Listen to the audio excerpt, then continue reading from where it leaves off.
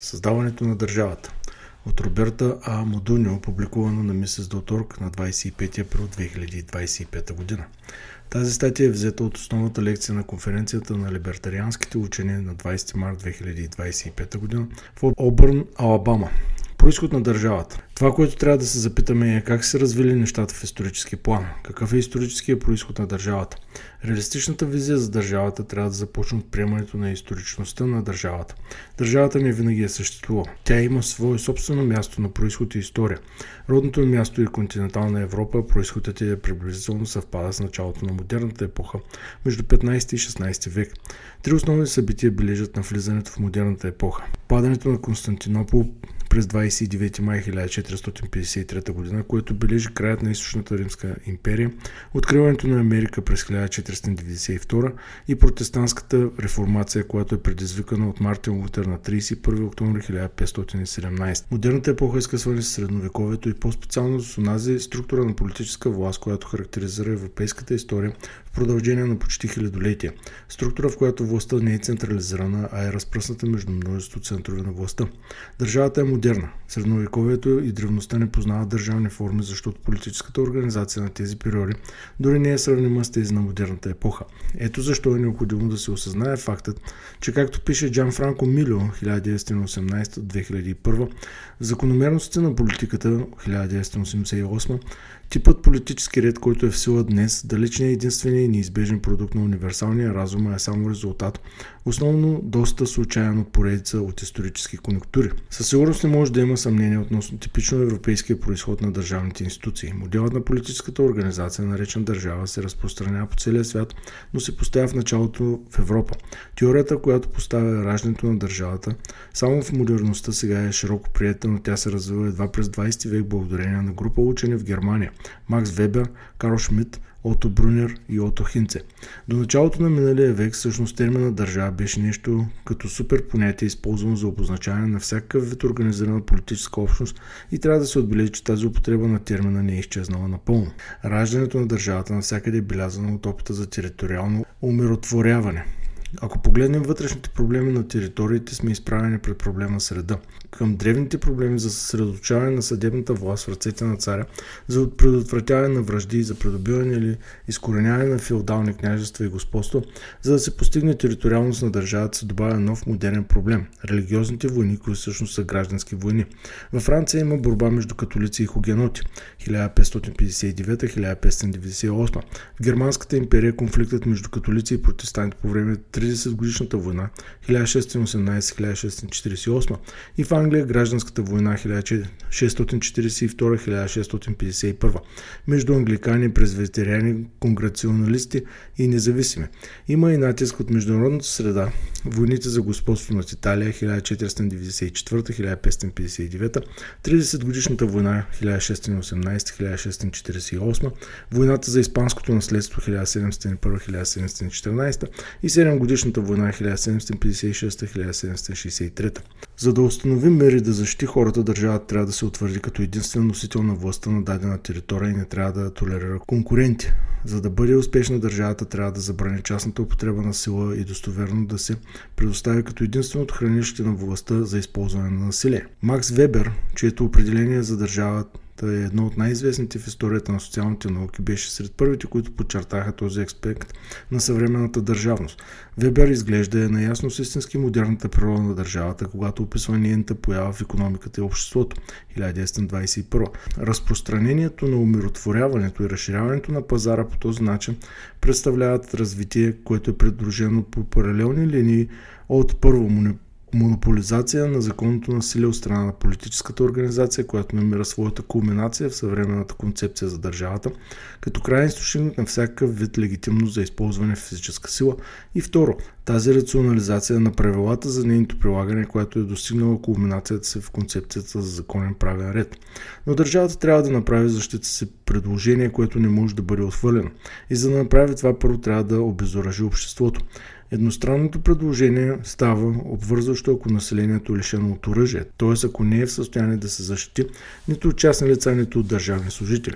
Ото Брунер в класическото си изследване Land and Herrschaft 1939 година показва, че правната и политическата рационализация на модерността предполага разоръжаване на гражданите, последвано от създаване на каста от въоръжени служители на държавата. Всички класически функции на държавата, като започна от монопола на законодателство, проистичат от налагането на разоръжаване на цялото общество.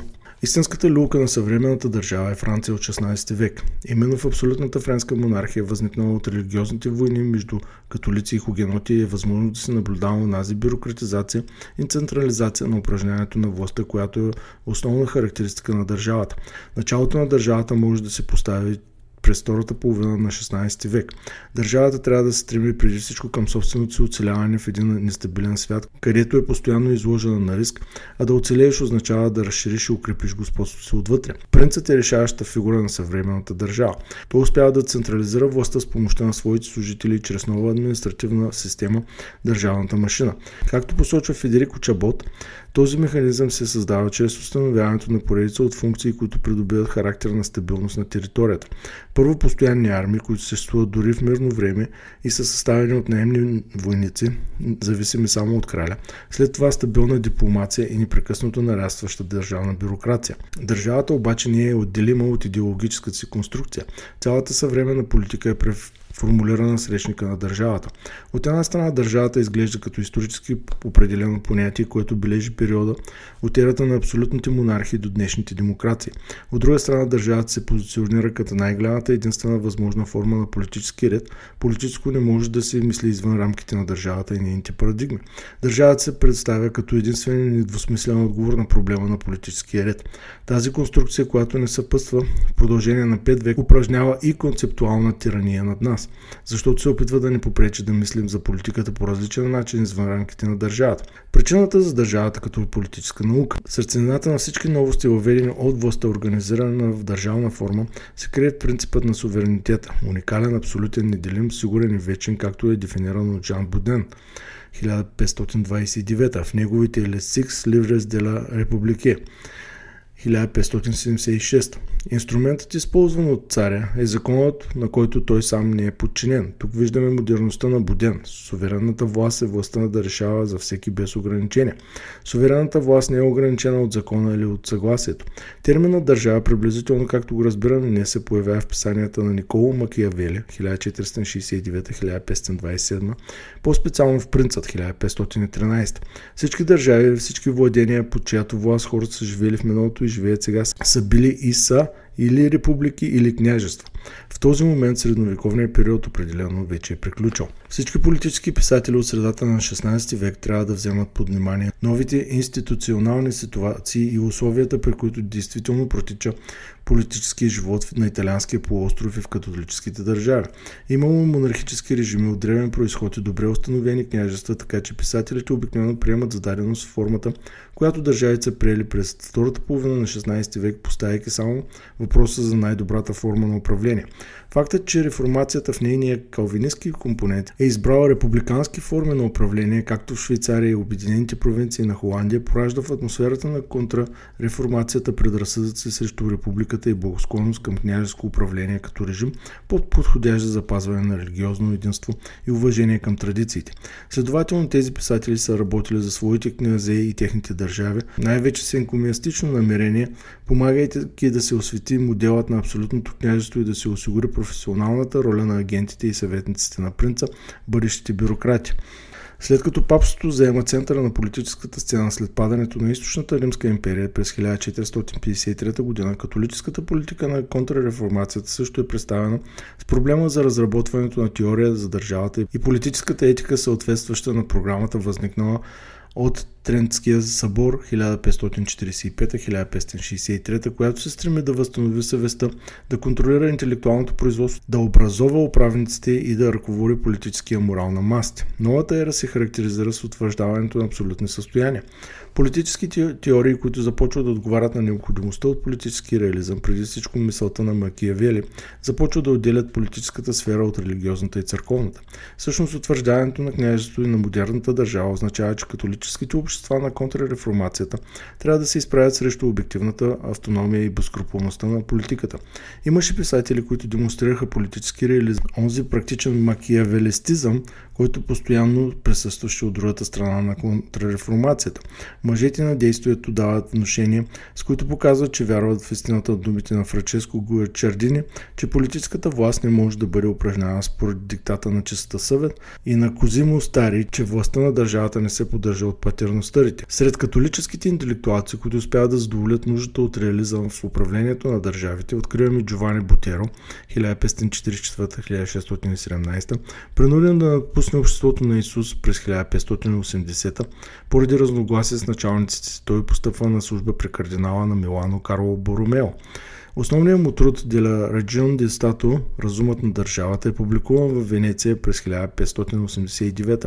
Работа се отнася не до строго италианския княжески модел, а до доминиращата държавна форма в Европа в края на 16 век, абсолютната монархическа държава. Бутеро споменава в трактата си политическата литература от 16 век, която реалистично описва и обсъжда действителната политика на държавите на ниво чисто политическо изкуство, интереси и поддържане на държавите, т.е. на Raison d'Etat. Бутеро определя причината за държавата като познаване на средствата, подходящи за основаване, запазване и разширяване на господството. Бутеро възнамерява да спаси разума на държавата от състоянието му на морална и безскрупулна политическа практика и да го издигне в обективната сфера, като му придаде неутрален характер на политическата наука. Причината за държавата е свързана с раждането на съвременната държава. На този етап обектът на държавния разум ще бъде формирането на държавата. След като държавата бъде формирана, нейният обект ще бъде нейното опазване. Стабилността на държавите зависи от подчинението на поданиците, а подчинението се постига чрез добродетелите на княза, т.е. чрез политическо благоразумие и доблест. При воденето на война трябва да се приложи предпазливост за контрол на вътрешния ред и външната сигурност и за регулиране на паричната, селскостопанската и търговската икономика. Бутеро разшири смисъла на държавата в икономическия терен, като по този начин се отвори за по-напредна реалност от Макиавели. Целта на Бутеро да вземе предвид политическата реалност, да не изпадне в празната идеализация на справедливия и следователно обичан принц, може да се види в разумът на държавата, в който доминира практическия менталитет и интересът на държавата е взет под внимание. Доктрината за държавния разум потвърждава, че сигурността на държавата е изискване от такава важност, че за да я гарантират, управниците на държавите са принудени да нарушават правните, моралните, политическите и икономическите норми, които смятат за наложителни, когато сигурността на държавата не е застрашена. Причината за държавата е необходимостта от държавната сигурност, която налага определено поведение на управниците. Мислителите от 16 век в крайна сметка се убеждават, че политиката може да бъде сведена до този набор от методи, средства и решения, въведени от правителството, независимо от законите и моралните ценности. В Щатите от 16 век правилото, което позволява изключение от закона и морала по време на извънредно положение, изглежда се е превърнало в обичайна практика на правителството. Във Франция именно в контекста на утвърждането на централната власт на държавата с Анри IV и след това кардинал Ришельо, политическата литература е ориентирана към политическия реализъм.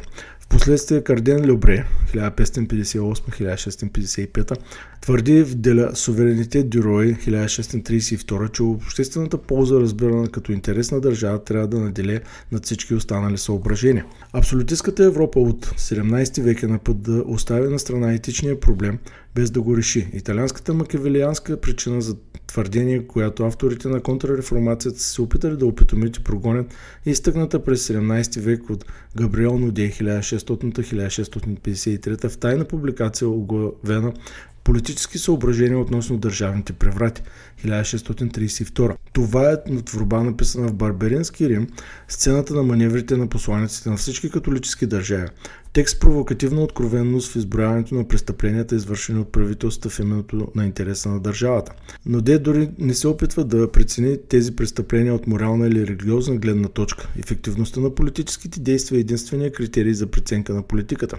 Така с течение на времето се установява двоен морал при преценка на едни и същи действия, когато се извършват от държавата и когато са извършени от частни граждани. Този двоен стандарт, осъден без обжалване от Мъри Ротбард, кара хората да смятат за законни действия, извършени от държавата и нейните служители, които биха считали за престъпления, ако са извършени от частни граждани. Държавата, родена в зората на модерната епоха, за нуждите на умиротворяването, за да защитава хората, в действителност се е превърнала, както пише Ротбард за Нова в свобода, върховният, вечният, най-добре организирания агресор срещу личността и собствеността на масата на обществото. Край.